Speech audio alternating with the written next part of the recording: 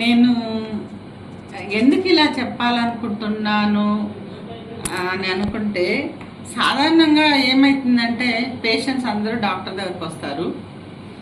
ఏదో వాళ్ళ కష్టాలు చెప్పుకుంటారు, ఇది నొప్పి అది నొప్పి అనేసి.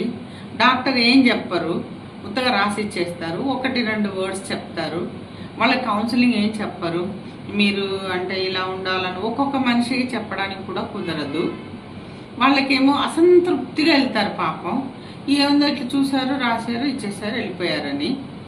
అంటే వాళ్ళకి ఇంతమందికి ఒక్కొక్కరికి ఇంత టైము, మీరు ఏం తీసుకోవాలి, ఎలా ఉండాలి, ప్రెగ్నెన్సీలో ఎలా ఉండాలి. నేను ముఖ్యంగా డీల్ చేసేది ప్రెగ్నెన్సీ పేషెంట్స్ని.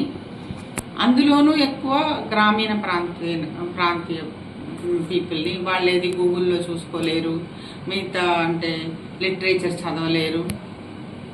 అందుకని ముఖ్యంగా వాళ్ళ కోసమని, అందులో పేషెంట్స్ దగ్గరకు వచ్చినప్పుడు మేము వాళ్ళ దగ్గర ప్రతి ఒక్కరికి కౌన్సిలింగ్ అనేది చేయలేము. అంటే వాళ్ళకి ఏదో డాక్టర్ ఏం చెప్తారు అనే దానిపైన వాళ్ళకి ఒక ఇంక్విజిటివ్నెస్ ఉంటుంది. ఏం చెప్తారో వాళ్ళు వాళ్ళకి తినడం గురించి ఏం చెప్పలేదే, ఏం జాగ్రత్తలు చెప్పలేదే అని వాళ్ళకి అనిపిస్తుంది. పేషెంట్స్ ఉన్నప్పుడు ప్రతి ఒక్కరికి ఎక్స్ప్లెయిన్ చేయలేము. అంటే ఇప్పుడు నేను ఏం చెప్పాలనుకుంటున్నానంటే, నాకు ఇంట్రెస్ట్ సబ్జెక్ట్ ఏమి అంటే ఈ ఆహారం అలవాట్ల గురించి నాకు చాలా చెప్పాలనిపిస్తుంది. ఎందుకంటే నా ఎక్స్పీరియన్స్లో ఇప్పుడు అంటే మన సెంట్రల్ గవర్నమెంట్, స్టేట్ గవర్నమెంట్స్ కోఆర్డినేషన్లో అంటే ప్రజలందరికీ, ప్రెగ్నెంట్ వాళ్ళకి వాళ్ళు కేర్ తీసుకొని అంటే మంచి అంటే ఈ ఫుడ్ ఇవన్నీ ఇవ్వడం వల్ల వాళ్ళు న్యూట్రిషన్ గురించి, ఇంప్రూవ్మెంట్ గురించి, వాటి విలువల గురించి వాళ్ళు చెప్పడమే కాకుండా వాళ్ళు ఇవ్వడం వల్ల ఈ మా పాత టైంకి ఇప్పటికి చూస్తే చాలా చాలా అంటే డిజీజ్ అన్ని కనుమరుగాయని చెప్పచ్చు. అంటే అంతకుముందంతా మా ప్రాక్టీస్లో నెలకి కనీసం ఒక 5-6 ఎక్లాంప్సియా పేషెంట్స్, అంటే బాగా వాపులు, బీపీ ఎక్కువయ్యి ఫిట్స్ రావడము, ఇలాంటి పేషెంట్స్ ఎక్కువ వచ్చేవాళ్ళు. ఇంకా ఎనీమియా అంటే రక్తం లేని దానివల్ల చాలా కాంప్లికేషన్స్ వచ్చాయి. ఇవన్నీ కూడా కవర్ అయ్యాయి, చాలా తగ్గిపోయాయి. ఏవో కొన్ని ఉన్నాయి.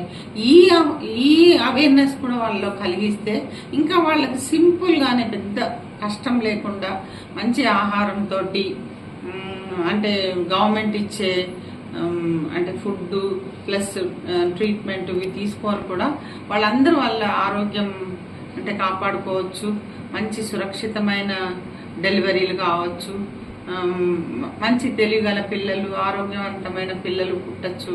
దీనికి నేను ఏదన్నా కాస్త చెప్పితే వాళ్ళకి అంటే సహాయపడుతుందేమో అనేసి నాకు ఆశ.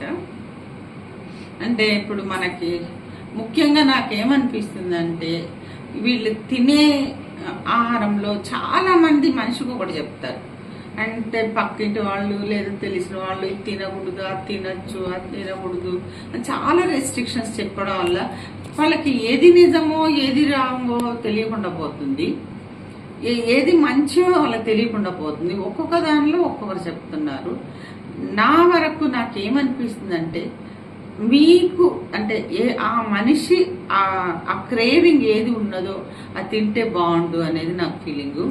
తినలేనిది వాటి చూస్తేనే తినలేని వాటిని అది బాగుంటుందట, మంచిదట అని బలవంతంగా లోపల గుప్పుకునేదానికన్నా తినబుద్ధి అయ్యేది మంచిది. ఇప్పుడు ఫర్ ఎగ్జాంపుల్ ఫస్ట్ ట్రైమెస్టర్లో అంటే మొదట ఒక 3-4 నెలల్లో వాళ్ళకి అసలు దేని చూసినా వాంతి వస్తుంది, ఓకారం అనిపిస్తుంది. ఆ టైంలో వాళ్ళకి ఏదో అంటే ఒక పులుపు వస్తువులు లాంటిది, అంటే అంబలి లేదా మజ్జిగ ఇలాంటివి ఏది తినబుద్ధి అవుతుందో అదే తినాలి. నిమ్మకాయ పచ్చడి, నిమ్మకాయ ఇలాంటివన్నీ అవి తినడం మంచిది. వాళ్ళకి అది తినబుద్ధి అవుతుంది. వాళ్ళు వినడమేమో దీనిలో పెద్ద బలం లేదు, ఇంకా ఏదో డ్రై ఫ్రూట్స్ ఇవి అవన్నీ చాలా బలమైనవి, అవి తిను అనేసి వాళ్ళ ఇంటోళ్ళు వచ్చి బలవంతంగా తినిపిస్తారు. వాళ్ళకి అసలే తినబుద్ధి కాదు. అంటే వాళ్ళు వచ్చి మాకు కంప్లైంట్ చేస్తారు, మేము ఏది తినట్లేదు, ఏమి తినట్లేదు, మేము ఎంతో బలతరమైన ఆహారం పెడుతున్నా ఈమె తినబుద్ధి కావట్లేదు, తినటం లేదు, ఏం చేయమంటారు అని వాళ్ళు వచ్చి అడుగుతారు. ఆ ఆ కండిషన్లో పేషెంట్కి ఏమనిపిస్తుందో, ఏది తినబుద్ధి అవుతుందో అది తినడమే, అది తాగడమే ఉత్తమం అనేది నా అభిప్రాయం. మీరు ఇప్పుడు వామిటింగ్ బాగున్నాయి అనుకోండి, మీకు కొన్ని చిట్కాలు చెప్తాను నేను. అంటే మీరు అల్లంని నీళ్ళలో మరగబెట్టుకొని ఆ నీళ్ళలో అంటే మీరు కాస్త వంపుకుంటూ నిమ్మకాయ కలుపుకొని కాస్త ఉప్పు వేసుకొని సిప్పు సిప్పు సిప్పు తాకుంటుంటే వామిటింగ్ సెన్సేషన్ తగ్గుతుంది మీకు. అంటే టైమింగ్ బట్టి ఎండాకాలంలో అంబలి, మజ్జిగ ఇలాంటివి వాళ్ళకి ఆ టైం బట్టి, ఆ సిచ్యువేషన్ బట్టి, వాళ్ళ ఫీలింగ్ బట్టి అది తినడం అనేది బెస్ట్ ఉద్దేశం. అలానే వాళ్ళకి అపిటైట్ అంటే ఆకలి అవన్నీ 4-5 నెలల నుంచి ఇంప్రూవ్ అవుతుంది. ఆ టైంలో వాళ్ళకి ఏం తినబుద్ధి అయితే అది ఇచ్చేసేయండి. అరటిపళ్ళు తినద్దు, ఈ ఏదో ఇంకా ఏదో సీతాఫలం తినకూడదు, లేదా అంటే జామకాయలు తినకూడదు, జలుబు చేస్తుంది, ఇవి అవి సో మెనీ రెస్ట్రిక్షన్స్. అలా చేయడంతో వాళ్ళకి అసలు పోషక ఆహారమే దొరకకపోతున్నాయి. మీరు ఇది తప్పకుండా గమనించండి. ఆ మనిషికి అది తినబుద్ధి అయితే ఏదైనా పెట్టండి. ఇది నా అనుభవం. మీరు తప్పకుండా మీరు అంటే ఆ మనిషికి అది తినబుద్ధి అయిందంటే, తినాలని కోరిక అనిపిస్తే పెట్టేసేయండి. ఏదైనా తినలేంది, ఇది చాలా బలమైనది తిను అని అంటాం, బలవంతం చేయడం అంటే అది తినలేరు, వాళ్ళు తినలేరు, ఇంకా వాళ్ళకి అవర్షన్ వచ్చేస్తుంది. మరి అంటే బాగా మెడిసిన్స్ రాస్తే పిల్లలు బాగుంటారా అనేది అంటే మీరు తినలేనప్పుడు ఈ మెడిసిన్స్ మీకు కొంచెం హెల్ప్ అవుతాయి, కానీ మంచి పోషక విలువలు ఉన్న ఆహారమే మంచిది అనేది నా ఉద్దేశం. ఇంకా మీకు ఈ ఆహారం గురించే నేను చాలా చెప్తున్నాను, ఎందుకంటే నాకు దానిలో చాలా మంచి ఫలితాలు అనిపిస్తాయి అనేసి అనిపిస్తుంది.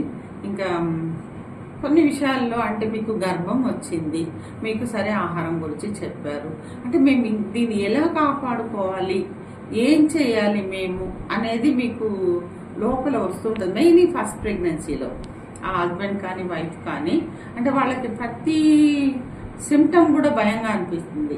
ఏంటి అంటే వాళ్ళకి పొత్తి కడుపులో నొప్పి వస్తుంటుంది, లేదా వైట్ డిశ్చార్జ్ అవుతుంది, వాళ్ళకి అంటే బాగా నొప్పిగా అనిపించడము, ఈ breast pain, engorgement breast pain ఉంటుంది. ఏంటో ఏమవుతుందో అని వాళ్ళు భయపడి అడుగుతూ ఉంటారు. ఇవన్నీ కామన్ సిమ్టమ్స్. ఇది ఇన్వేరియబుల్లీ వచ్చే సిమ్టమ్స్ ప్రెగ్నెన్సీలో. ఇది తప్పకుండా వస్తాయి ప్రతి ఒక్కరికి. ఇది నార్మల్ అని యాక్సెప్ట్ చేస్తే భయపడరు మీరు. నేను ఇవన్నీ ఎందుకు చెప్తున్నానంటే మేము అంటే నా మామూలు గ్రామీణ ప్రజలకి ఇవన్నీ వాళ్ళకి అంటే చెప్పడానికి మాకు టైం దొరకటం లేదు కనుక, కౌన్సిలింగ్ ఇవ్వలేకపోతున్నాం కనుక కనీసం ఈ ద్వారా మీకు చెప్పగలుగుతానని ఆశిస్తున్నాను. ఇంకా నేను రేపు అంటే ఇంకా కొన్ని కాంప్లికేషన్స్ గురించి కానీ అంటే ప్రెగ్నెన్సీని ఎలా మీరు ఉండాలనేది గురించి నేను చెప్తాను.